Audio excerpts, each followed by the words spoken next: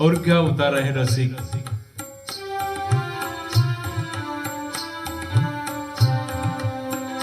Peak कहो अंजन कहो मुक्तावली रही टूट शिथिल बसन भूषण कहो अलका बली रही छूट।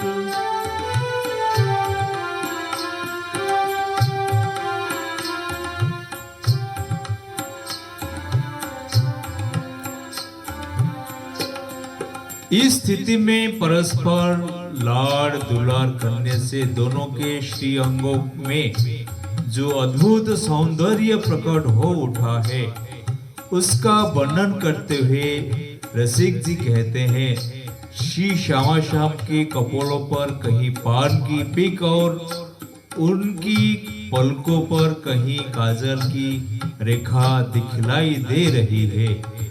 उनके वक्षस्थल पर मोती की मालाएं टूटकर लटक रही है। उनके आभूषण और वस्त्र शिथिल हो गए हैं और श्री प्रिया की सुंदर अलके बंधन मुक्त होकर उनके मुख चंद्र पर झूल रही है। बलिहार बलिहार श्यामा श्याम की, वृंदावन बिहारी लाल की, बलिहार बलिहार।